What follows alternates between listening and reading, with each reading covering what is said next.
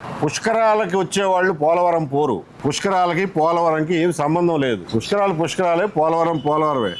పుష్కరాలు ప్రతి 12 సంవత్సరాలకి ఒకసారి వస్తాయి. పోలవరం మళ్ళీ రాదు, ఒక్కసారే కట్టగలం. దానికి ఏమాత్రం 5 పైసలు అనుమానం ఉన్నా కానీ ఆ అనుమానం తీర్చుకుని ముందుకెళ్లాల్సిన అవసరం ఉంది పోలవరం విషయంలో. ఎందుకంటే ఆ ప్రాజెక్టు యొక్క ఇంపార్టెన్స్ అట్లాంటిది, ప్రాముఖ్యత అట్లాంటిది మన స్టేట్కి.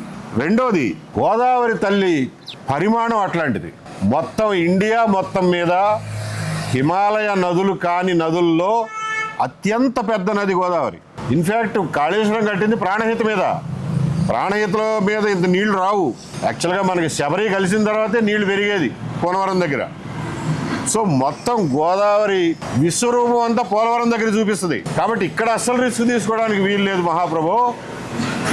అందులో కింద ఏమో ఇసుక, అక్కడక్కడ మట్టి పొరలు ఉన్నాయి. కాబట్టి చాలా జాగ్రత్తగా ఉండాలి. ఇది కాంప్లెక్స్ డిజైను.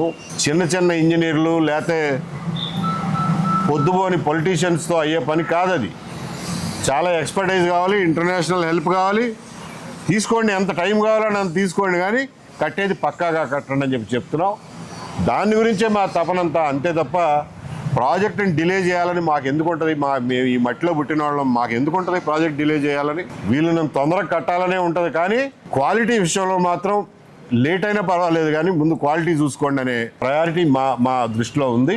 ప్రజలు కూడా దీన్ని మాతో ఏకీభవిస్తారని మేము అనుకుంటున్నాం. కాబట్టి ఈ విషయంలో ఇవాళ జరిగింది, మేము పీపీఏకి చెప్పింది ప్రజలతో పంచుకోవడం కోసం మీ ద్వారా తెలియజేస్తున్నాం. మరి డయాఫ్రమ్ రిపేర్ చేశాము అని చెప్పి ఇప్పుడు ఎత్కం రాక్విల్ డ్యామ్ పనులు కూడా మొదలుపెట్టేశారు. మరి ఎట్లా చూడాలి? మరి అదే నేను ఏమనేది. సో డయాఫ్రమ్ వాల్ రిపేర్ చేయడం కాదు, కొత్తగా కట్టారు. మొట్టమొదటి కట్టిన డయాఫ్రమ్ వాల్ 250 కోట్లు అయితే ఇప్పుడు కట్టే డయాఫ్రమ్ వాల్ 900 కోట్లు అయింది. రేట్లు పెరిగిపోయినాయి. అయినా సరే క్వాలిటీలో మనకి ఫస్ట్ డయాఫ్రమ్ వాల్ కట్టినప్పుడు మరి క్వాలిటీ ఎవరో వేలెత్తి చూపించలా. మరి కట్టినప్పుడు అంత బాగా కట్టారో లేకపోతే మరి అప్పుడు ఎవరో దాన్ని పాయింట్అవుట్ చేయలేదో తెలియదు, కానీ ఈసారి మాత్రం డయాఫ్రమ్ వాల్లో ఇబ్బందులు ఉన్నాయని ఇంటర్నేషనల్ ఎక్స్పర్ట్లు, మనం నియమించుకున్న వాళ్ళవే, అంటే ఢిల్లీ వాళ్ళు నియమించుకున్న ఇంటర్నేషనల్ ఎక్స్పర్ట్లు చెప్తున్నారు. కాబట్టి అనుమానాలు తీర్చుకోండి అని చెప్తున్నాం. వెంకటేశ్వర గారు, మీరు రైజ్ చేసిన పాయింట్లు అధికారులు కానీ లేకపోతే ప్రభుత్వం కానీ వాళ్ళు పరిగణలోకి తీసుకోకపోతే నెక్స్ట్ స్టెప్ ఏంటి? మేము వాళ్ళకి చెప్పాము, వాళ్ళకు కూడా చెప్పాము, పోలవరం సేఫ్టీ గురించి కాంప్రమైజ్ అవ్వడానికి సిద్ధంగా లేము. కాబట్టి దీని గురించి ఎక్కడ దాకైనా పోతాము. మేము ఒక పబ్లిక్ ఇంట్రెస్ట్ లిటిగేషన్ వేద్దామనే ఆలోచనలోనే ఉన్నాము. ఈ లోపల వీళ్ళు పిలిచారు, వీళ్ళకి చెప్పాల్సింది వీళ్ళకి చెప్పాము. మేము వాళ్ళకి కూడా చెప్పింది ఏంటంటే, మేము పబ్లిక్ ఇంట్రెస్ట్ లిటిగేషన్ వేస్తే మీరేదో మీకు వ్యతిరేకంగా వేసామని చెప్పి పర్సనల్గా తీసుకోమాకండి. మీకు కోర్టు ద్వారా చెప్పిస్తే మీ చేతులు కూడా బలపడతాయి, లేకపోతే మిమ్మల్ని దబాయించే వాళ్ళకి మీరు సమాధానం చెప్పుకోవడానికన్నా ఉంటుంది అని చెప్పాము. సో ఆ విషయంలో మేము పబ్లిక్ ఇంట్రెస్ట్ లిటిగేషన్ కూడా పోవడానికి తయారు చేసుకుంటున్నాం కాగితాలు. అంటే కాళేశ్వరం రిపోర్ట్ని బేస్ చేసుకుని పీపీఏ పబ్లిక్ ఇంట్రెస్ట్ లేదు. కాళేశ్వరంని మనం ఒక ప్రమాదక సూచికగా తీసుకోవాలి తప్ప సుమమాని పోలవరం కట్టుకుంటూ కాళేశ్వరాన్ని తలుచుకోవాల్సిన అవసరం లేదు. ప్రధానికి ముందు చూడలేదు కాబట్టి ఇప్పుడు చూడండి అంటున్నాం. ప్లస్ ఇప్పుడు జరుగుతున్న కాళేశ్వరం పోలవరంలో చాలా సమస్యలు ఉన్నాయి. కాంక్రీట్ బ్లీడింగ్ సమస్య, పిఓఈ వచ్చినప్పుడు డయాఫ్రమ్ వాల్లో వాళ్ళకి క్రాక్స్, సందులు కనిపించాయి. అసలు డయాఫ్రమ్ వాల్ అంటే దాంట్లో నీళ్లు పోకూడదు ఏమాత్రం. అయితే మనకు భూమి పైన ఒక 2 మీటర్ల మందమే గోడ కనిపిస్తుంది, భూమి లోపల అడుగున 80 మీటర్లు ఉంది. మేము పీపీఏ సీఈఓ గారిని అడిగింది ఏంటంటే, మీరు పైన 2 మీటర్లు చూపిస్తున్నారు, 2 మీటర్లోనే ఇంత గందరగోళంగా ఉంది, మరి భూమి లోపల ఉన్న 80 మీటర్లు ఎవరు ఇస్తారు గ్యారంటీ?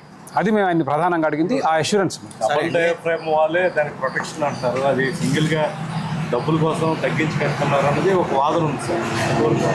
డబ్బుల కోసం వాళ్ళు ఎంత అడిగితే ఎవరెవరినన్నారండి? ఇప్పుడు బిల్లు చేసుకునేది వాళ్లే కదా. అదిగా డబ్బుల గురించి కూడా కాదు, కన్స్ట్రక్షన్ క్యాపబిలిటీలో తేడా ఉండొచ్చు.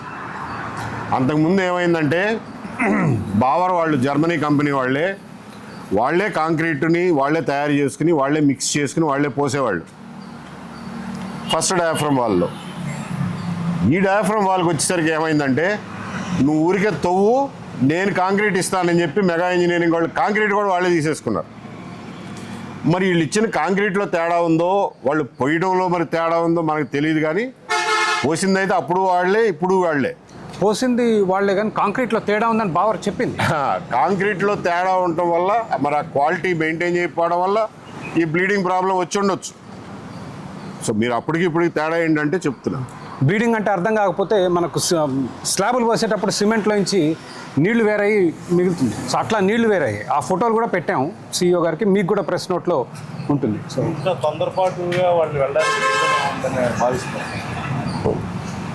ఇది చాలా కీలకమైన పాయింట్స్ చెప్పారు. నిర్లక్ష్యం, ఎలాగోలా పని ముగించుకుని మట్టి కప్పేసి డబ్బులు తీసుకుని వెళ్ళిపోదాం అనుకుంటారు. బట్ మనం చూసుకోవాల్సింది మనం కదా. ఇల్లు కట్టించేటప్పుడు మేస్త్రి తొందరగా పూర్తి చేసుకుని వెళ్తాం. కొంతమంది మేస్త్రులు బాధ్యత గల వాళ్ళు ఉంటారు, కొంతమంది బాధ్యత లేని వాళ్ళు ఉంటారు. బట్ ఇల్లు చివరికి మంద కదా. సరే NDSA ఏమన్నా సమస్యలు గుర్తుంటుందా అసలు తనిఖీ చేసినట్టు? ఆయన చెప్పడం అయితే, నేను వచ్చిన తర్వాత 2 రోజులు ఉన్నాను ప్రాజెక్ట్ దగ్గర, అన్నీ తిరిగాను, అన్నీ చూశాను, అన్ని ఇన్స్ట్రక్షన్స్ ఇచ్చాను అంటున్నాడు. But what about NDSA? NDSA ఇంతవరకు అసలు దీనిలో తలకాయ దూర్చలా. ఎవరో అడగల, ఎవరో పిల్లలా. మేము అందుకే చెప్తున్నాం, NDSA అనేది ఒకటి ఉంది కదండి, మొన్న కాళేశ్వరం ఫైనల్ రిపోర్ట్ ఆల్రెడీ ఇచ్చారు కదా, వాళ్ళతో టెస్ట్ చేయించండి అని. అది అయితే ఒక వాదన ఏంటంటే NDSA ప్రాజెక్ట్ పూర్తయిన తర్వాత వాళ్ళకి దీని మీద అధికారం వస్తుంది అనేది CEO గారు కూడా అదే అన్నారు. మేము పోలవరం ప్రాజెక్ట్ పూర్తయిన తర్వాత NDSA వస్తుందని. మరి మేము ఏకీభవించలేదు ఆయనతో. చట్ట ప్రకారం NDSA ప్రాజెక్ట్ కట్టేటప్పుడు చెప్తున్నారు పూర్తయిన తర్వాత డబ్బులన్నీ పోసిన తర్వాత వాళ్ళు వచ్చి చేసేది అది చెప్పేది. అది ఉంది. బట్ దానికి వాళ్ళు చెప్పేది ఏంటంటే డ్యామ్ సేఫ్టీ యాక్ట్ ప్రకారం ఈ ప్రాజెక్ట్ నిర్మాణం పూర్తయిన తర్వాత NDSAకి అధికారాలు ఉంటాయి. కానీ మేము ఏకీభవించట్లేదు. NDSA యాక్ట్ చదివామండి, NDSA యాక్ట్ చదివాము. అందులో ఇంటర్ స్టేట్ ప్రాజెక్టుల్లో నిర్మాణం జరిగే టైంలో కూడా NDSAకి పవర్స్ ఉన్నాయని చెప్పి రాసింది. మేము అది చూపిస్తున్నాం వాళ్ళకి. చివరికి వాళ్ళకి ఒప్పుకోక తప్పదులేండి. కోర్టు ద్వారా, కోర్టు ఉంది కదా. సో మీరు కోర్టును ప్రధానంగా అడిగేది అది NDSAని సర్టిఫై చేయమని. యాక్ట్లో ఉందా సార్? ఉంది, మీరైనా చదవచ్చు. NDSA act 2021.